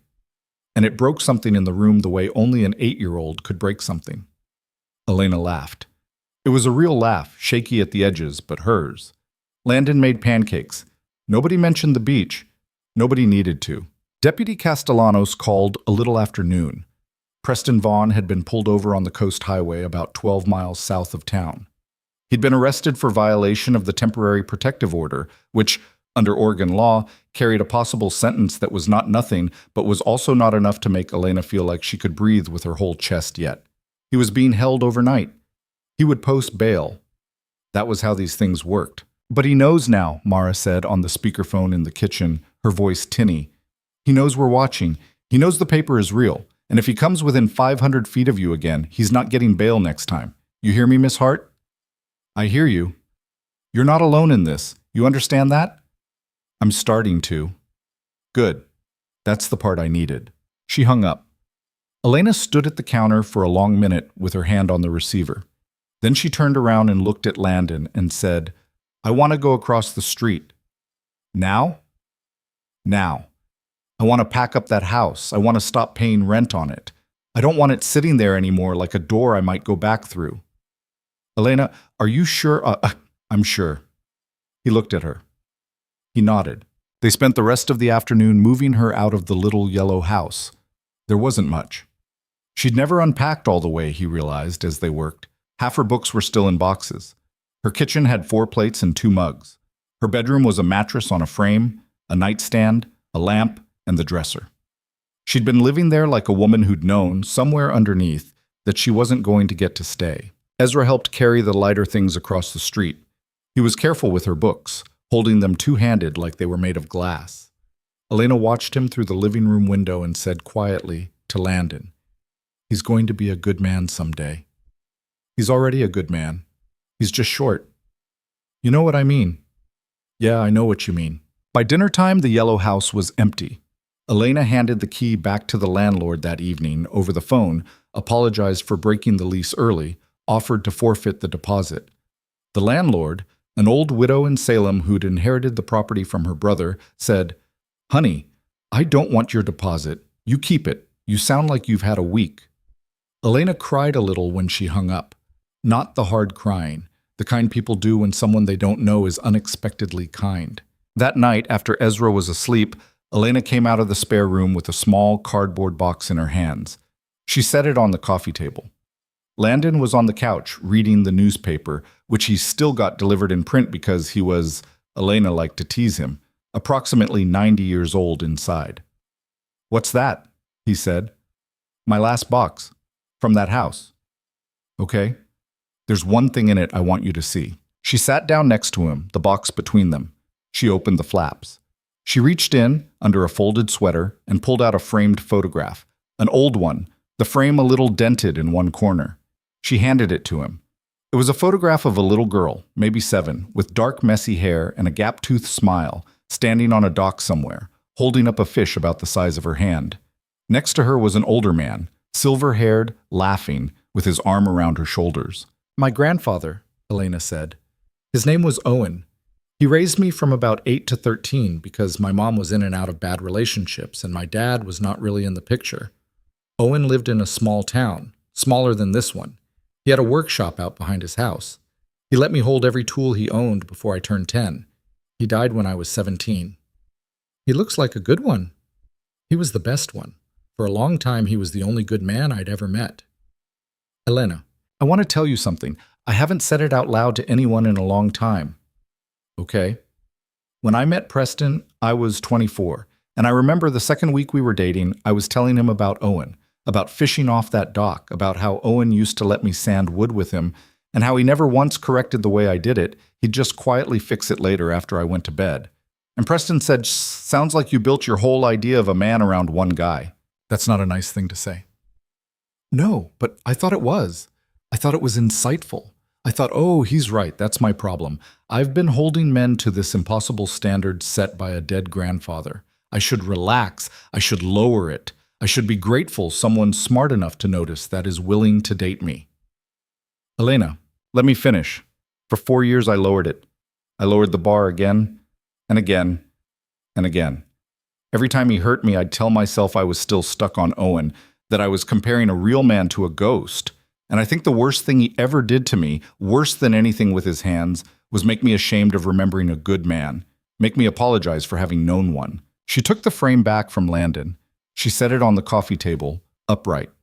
The little girl and her grandfather looked up at the ceiling. "I haven't had this picture out in 4 years, she said. 4 years. I kept it in a box. I kept it buried. Because every time I looked at it, I could feel Preston's voice in my ear telling me I was still carrying around a dead man like a rabbit's foot. That's a terrible thing he did. I know, and you're not wrong for having loved your grandfather. I want you to hear that. A man who makes you ashamed of loving someone else is a man who's telling on himself. I know that now." "Okay." She looked at him. She was composed. Her eyes were clear. "Landon."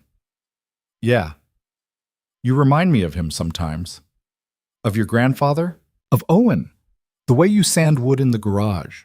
The way you talk to Ezra. The way you make people coffee without asking if they want any. You just make it and put it down and let them decide if they want to drink it. Owen used to do that. He used to say that people who said they weren't thirsty were usually thirsty and too polite to say so. He said coffee was a way of telling someone to stay another hour without making them feel obligated." Landon laughed softly. "That's a good line." "It is. I'm not Owen, Elena. I know you're not. I don't want to be. I want you to see me. I do see you. Okay? I just wanted you to know that you remind me of the good man, not the bad one." He took her hand. He didn't say anything for a minute. Then he said, "The last 4 years, I haven't thought of myself as a man someone could remind someone of. I've thought of myself as a dad, as a guy who fixes refrigerators, as a widower. Man was about the 4th thing on the list, if that." "You're all of them." "Yeah, turns out I am." She leaned her head against his shoulder. He put his arm around her. They sat there, with the little framed photograph looking up at them, for a long time. In the days that followed, the town did what small towns did, which was adjust. Rita brought a tray of cinnamon rolls to the house on a Tuesday afternoon, unannounced, and stood in the kitchen and had coffee with Elena for an hour and asked her about the library and about her grandfather and about what kind of wood she liked to work with. By the time Rita left, The two of them had exchanged phone numbers and were planning to drive over to the estate sale in Waldport that weekend. Carol Milton did not apologize for having gone through the medicine cabinet, because Carol Milton did not apologize for anything ever, but she did show up on the porch with a tuna casserole and the words, "I heard about your trouble. I've got a cousin who went through something similar. You let me know if you want her number." And Elena, to her own astonishment, said, "I might, thank you," and meant it. Mrs. Petrov at the library did something that surprised Elena more than all of the rest combined. She called Elena into the back office on Wednesday morning, closed the door, and said, "Honey, I've been working at this library since before your mother was born. I'm going to retire next spring. I've been looking for someone to run this branch after I leave, and I'd been going to hire someone out of Eugene, but I've changed my mind. I want you, full-time, health benefits. The salary isn't fancy, but it's enough to pay rent somewhere if you ever decide you want your own place. You don't have to answer me today. You don't have to answer me this month. I just want you to know the job is yours if you want it." Elena stood in the back office and stared at Mrs. Petrov for a long second. "Why me?" "Because you reshelve like you love the books. Because kids come up to the desk and you know their names. Because I've been watching you for weeks, and the only reason I haven't offered you this sooner is I didn't want to scare you off while you were still figuring out whether you were going to stay in town." "Am I staying in town?" "Honey, I don't know. That's your question to answer. I'm just telling you the door's open either way." Elena went home that night and told Landon at the kitchen table over spaghetti. Ezra was there. She told both of them. She said it simply and all the way through without rehearsing. Ezra said, "You should take it." "Yeah? Yeah, libraries are good. Mrs. Petrov is old, but she's nice. And if you stay, then you can come to my school thing in June. There's a thing parents go to. It's boring, but you could come." Elena's face did a thing. It was the smallest thing, a tiny crumpling at the corner of her mouth, and then she got it back under control. "A thing parents go to," she repeated. "Yeah, like a thing. I don't know what it's called." "Ezra." "Yeah?" "I'm not your parent, buddy." He shrugged. He stabbed a meatball. "I know, but you're here, so you could come." Landon looked down at his plate. He felt Elena's eyes on him. He looked up. She was looking at him like a woman asking a question without using any words. "He can invite whoever he wants," Landon said. "Dad?" "What?" "Can I be done with my spaghetti?" 2 more bites. 1. 2. 1.5. "Eat your spaghetti, Ezra." Ezra ate his spaghetti. Later that night, after he was in bed, Landon and Elena stood at the sink together doing the dishes. He washed, she dried. They'd fallen into it without discussing it, the way couples who have been together 20 years fall into things, except they weren't that. They were something newer and stranger and undefined, and neither of them minded the not knowing. "I'm going to take the job," Elena said. "Yeah? Yeah? Okay. And I want to talk about something." "Okay. I want to pay for things. Real things. Groceries every other week, half the electric, half the water." "Elena, you don't—" "Landon, I've been in this house almost 2 months. I'm not a guest anymore. I haven't been for a while. I don't want to be here on your charity. I want to be here because I live here." He dried his hands on the towel. He turned to face her. "Okay," he said. "Okay? Okay? You live here. That's it? That's all you're going to say? You want me to say more? I don't know. I love you." She dropped the plate she was drying. It didn't break because it was a plastic plate. One of Ezra's from when he was smaller, but it clattered on the floor and rolled under the fridge. And they both stood there looking at the place where it had disappeared. "Landon, I've said it once in the living room a few weeks ago. I said it fast. I said you didn't have to say it back. I still mean that. But I've been falling in love with you since the night you knocked on my door in house slippers. And I've been pretending I was a patient man about it. And I'm not, particularly. I'm not a patient man. I was just trying to give you room. I know. I'm done doing that. Okay, I love you. That's the whole thing. If you need more time, you've got it. If you don't, you don't.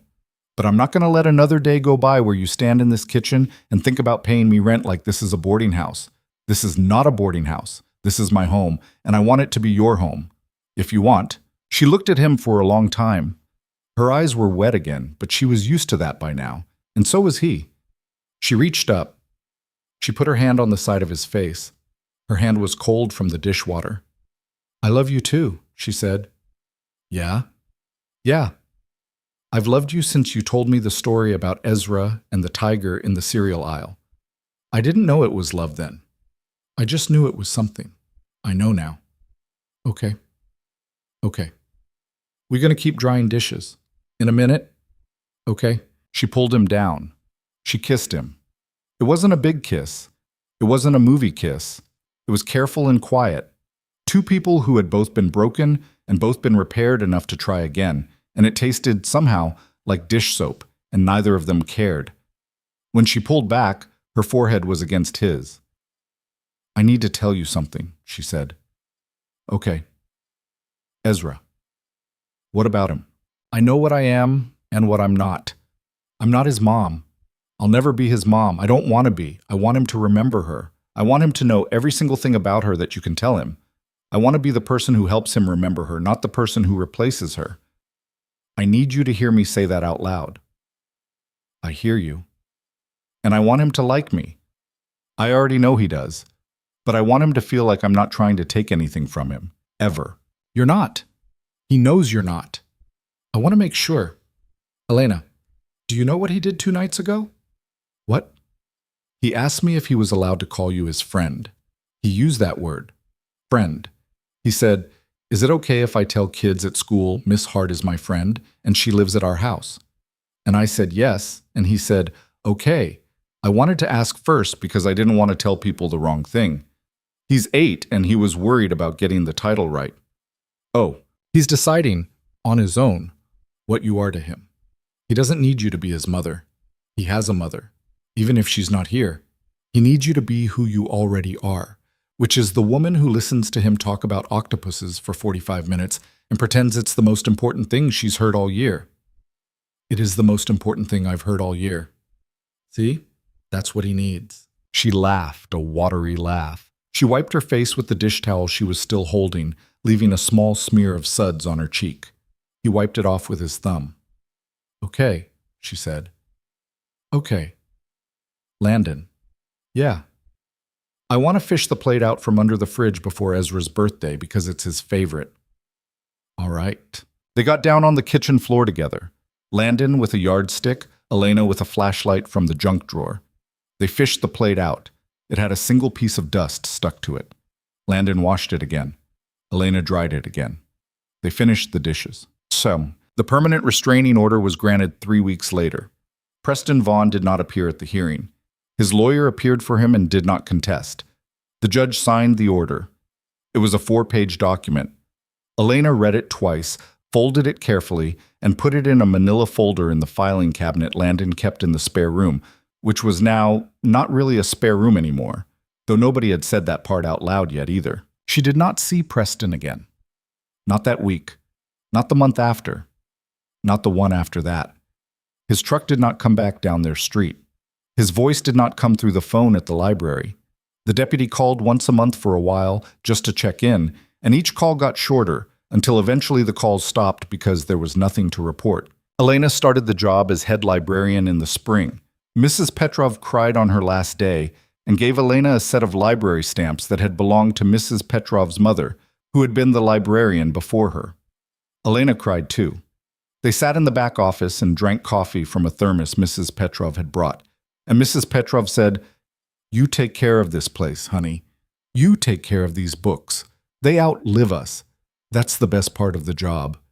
And Elena said, "I will." And Mrs. Petrov said, "I know you will. That's why I picked you." Ezra's school thing in June was, as predicted, boring. It was a 9-year-old's poetry recital. Ezra read a 4-line poem he had written about octopuses. The first line was, "Octopuses have 3 hearts, which is weird." And the last line was, "Also they can taste with their arms, which is also weird." Elena and Landon sat in the small gymnasium with the other parents, in plastic folding chairs. And when Ezra finished his poem and looked out into the audience, he looked for both of them. He found them. He grinned. Elena did not cry at the recital. She saved it for the parking lot. He looked for me, she said, in the passenger seat of the truck with her hand over her mouth. He looked for both of us. He knew we'd both be there. Yeah. I didn't know a kid could do that for somebody. They can. I didn't know. Landon drove them home with his hand on her knee. She put her hand on top of his. Ezra was in the back seat with his certificate of participation, looking out the window, humming a song he'd made up, the way he did. And when they pulled into the driveway of the little house with the sagging porch and the porch railing Elena had fixed better than Landon ever would have, Landon cut the engine and they all got out together and they walked up the steps together, and Ezra ran ahead to unlock the door with his own key, and Elena paused for a second on the porch, her hand on the railing. What? Landon said. She looked at him. She shook her head. She smiled. Nothing, she said. I just didn't know a house could feel like this. And she went inside. Summer came slow to Oregon that year, the way it always did, a long, wet spring that wouldn't quite let go. And then one morning in late June, the sky simply cleared and didn't cloud back over for a week. Elena moved her things, what little she still had in the spare room, into Landon's room on a Saturday. She didn't announce it, she just did it, the way she did most things, quietly, a drawer at a time. And by Saturday evening, the spare room was a spare room again, and Ezra, coming down the hall, stopped in the doorway of his father's room and saw her photograph of Owen and the little girl sitting on the nightstand next to the lamp. Oh, he said. Oh? Landon said. Is that allowed? Is that, like, a thing? Is what a thing? You two. Elena sat down on the edge of the bed. She patted the spot next to her. Ezra came in. He sat. He still had to hop a little to get up there. Ezra, she said, your dad and I decided we want to keep going, together, if that's okay with you. Keep going how? Like this. Me living here, us being she looked at Landon. Us being a family. Ezra thought about this. He kicked his feet. He adjusted his glasses with the knuckle of his thumb, the way he did. Is my mom okay with that? Elena's breath caught. Landon sat down on the other side of the bed, on Ezra's other side. Bud, he said, I think your mom would have liked Elena a lot. You think? I think. But you don't know for sure. No, I don't know for sure. Nobody gets to know that part for sure. Ezra thought some more. He was a slow thinker, Elena had learned, not because his mind was slow, but because he didn't believe in saying a thing until he'd walked all the way around it. I think she'd like Elena too, he said finally, because Elena is nice to me, and my mom would have liked a person who was nice to me. That's like a mom thing. Yeah, buddy, that's a mom thing. Okay. Okay? Okay. You can live here. In the room. That's fine. Elena laughed wetly. Thank you, Ezra. Can I go watch TV? Go watch TV? He slid off the bed. He was halfway out of the room when he turned around. Elena. Yeah. Just so you know, I've been telling people at school you're my friend who lives at our house. But if anyone asks me this week, I'm going to say you live here for real now. Is that okay? Yeah, honey, that's okay. Okay. He left. They heard him thump down the stairs. They heard the television come on, the volume too loud, and Elena called, Ezra, turn it down, please. And he called back, sorry, and turned it down. And Landon looked at Elena and said, he called you by your first name. He did. He's been misheartening you for 3 months. I know. That's a thing. I know it's a thing. Come here. She came. He put his arm around her. They sat on the edge of the bed for a while, in the quiet, and they listened to Ezra laugh downstairs at a cartoon, and neither of them said anything for a long time. They got married that fall, in the backyard, on a Sunday afternoon in October. It was small. Rita came and brought cinnamon rolls and cried more than anyone else, including the bride. Mrs. Petrov came and brought a wrapped copy of a first edition children's book she'd had in her personal collection for 40 years. Deputy Mara Castellanos came, off duty, in a dress Elena had not known the deputy owned. Diane Orick from the advocacy office came and hugged Elena for a full minute before the ceremony started and said, You did the work. Don't forget you did the work. And Elena said, I won't. Carol Milton came and did not go through any medicine cabinets, as far as anyone could prove. Ezra walked Elena down the aisle, which wasn't an aisle. It was just a path they'd cut through the grass with the lawnmower that morning. He was wearing a clip-on tie. He'd insisted on the clip-on. He held her hand the whole way. Halfway down the path, he looked up at her and said, under his breath, "You look good." And she said, "Thanks, buddy. So do you." And he nodded like a man closing a business deal. Landon waited at the end of the path in a button-down that he'd ironed himself badly. Elena saw the creases where the iron had gone the wrong direction, and she loved him harder for it. She'd asked him the week before if he was sure. He'd said, "I've been sure for 6 months. I was just waiting for you to catch up." She'd said, "I'm caught up." He'd said, "I know. That's why I'm asking." They didn't write long vows. They weren't long vow people. Elena said, "I didn't know I was going to get another chance at a life, and I am going to spend the rest of mine being worthy of it. I love you. I love your boy. I love the house you built. Thank you for opening the door." Landon said, "I thought I'd done my loving. I thought I'd spent it all the first time. Turns out it grows back. Turns out there's more of it than I knew. I'm glad you knocked." They kissed. Ezra made a face. Rita cried harder. The sun, which had been threatening rain all morning, held. At the reception, which was in the living room and the kitchen because they didn't have a tent, Mrs. Petrov cornered Elena by the punch bowl and said, "Young lady, I want to tell you something. I have been in this town 63 years. I have seen people come and go. I have seen marriages and funerals. I have seen every kind of trouble you can name. I want to tell you what I've learned. Are you listening?" "I'm listening." The people who make it are not the people who had easy lives. The people who make it are the people who chose to keep being kind after their lives gave them every reason not to. You are one of those people. So is your husband. So is that child. You are going to be all right. You hear me? "Yes, ma'am." "Now have some punch. I spiked it. Don't tell Rita." Winter came. A real one, cold and white for most of January. The kind of winter where the pipes under the kitchen sink froze twice, and Landon spent an evening under there with a hairdryer cursing quietly while Elena stood in the kitchen laughing. Ezra turned 9 in February. He got a telescope from Elena and a set of binoculars from Landon and a cake from Rita that said "Happy Birthday, Spaceman" on it in blue icing. He asked, at his birthday dinner, if he was allowed to call Elena something other than Elena. He didn't say what. He just asked if he was allowed. Landon said, "You're allowed, bud. Whatever you want. You decide." Ezra nodded, and he thought about it for a few weeks. And one night in March, out of nowhere, at the dinner table, passing the bread, he said, "Thanks, Mom," and then froze, his eyes wide, like he'd said something he hadn't meant to let out. Elena's hand holding the breadbasket did not shake. She was proud of that later. "You're welcome, honey," she said, like it was nothing, like he'd been saying it his whole life, and she passed him the butter. He let out a breath. He looked at Landon. Landon winked at him, a small, easy wink, like a man acknowledging a receipt. Ezra ate his bread. Elena ate her bread. Landon ate his. Nobody said another word about it because it didn't need to be said. Some things didn't. Some things just had to be allowed to settle. The yellow house across the street sat empty for a few months. Then an older couple from Bend moved in. They kept to themselves. They waved across the road sometimes. The husband, who was retired from something mechanical, started borrowing Landon's drill on weekends, and Landon started borrowing his extension ladder, and that, in the way of small towns, was how a friendship began. Preston Vaughn's name did not come up again. Not in their house, not in their lives.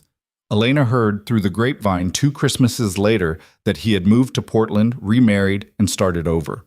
She heard it the way you hear the weather forecast for a city you no longer live in. She wished his new wife well, honestly and without bitterness, and she hoped as hard as she could hope anything, that he had become a different kind of man by then. She didn't know if he had. That wasn't hers to know anymore. What she did know was this, and she thought about it sometimes in the kitchen, on the quiet mornings when she got up before Landon and before Ezra and stood at the window watching the light come into the yard. She thought about how the thing that had saved her life had not been a grand gesture. It had not been a rescue. It had not been the sheriff's cruiser or the restraining order or the judge's signature, though those had mattered. The thing that had saved her life, she thought, was a man opening his front door on a rainy Thursday night and deciding, without making a production of it, that he was not going to leave her standing on his porch. That was all. A door that opened when she knocked. She thought, too, about how close she had come to not knocking. How many times, in the 40 minutes she'd sat alone in the dark of her little yellow house, she had almost decided to stay there and take whatever came. How close she had come to deciding she wasn't worth the trouble of asking anyone for help. She had almost not walked across the street. She had almost not raised her hand to the door. If she had not, she did not know where she would be. She did not let herself think about it often.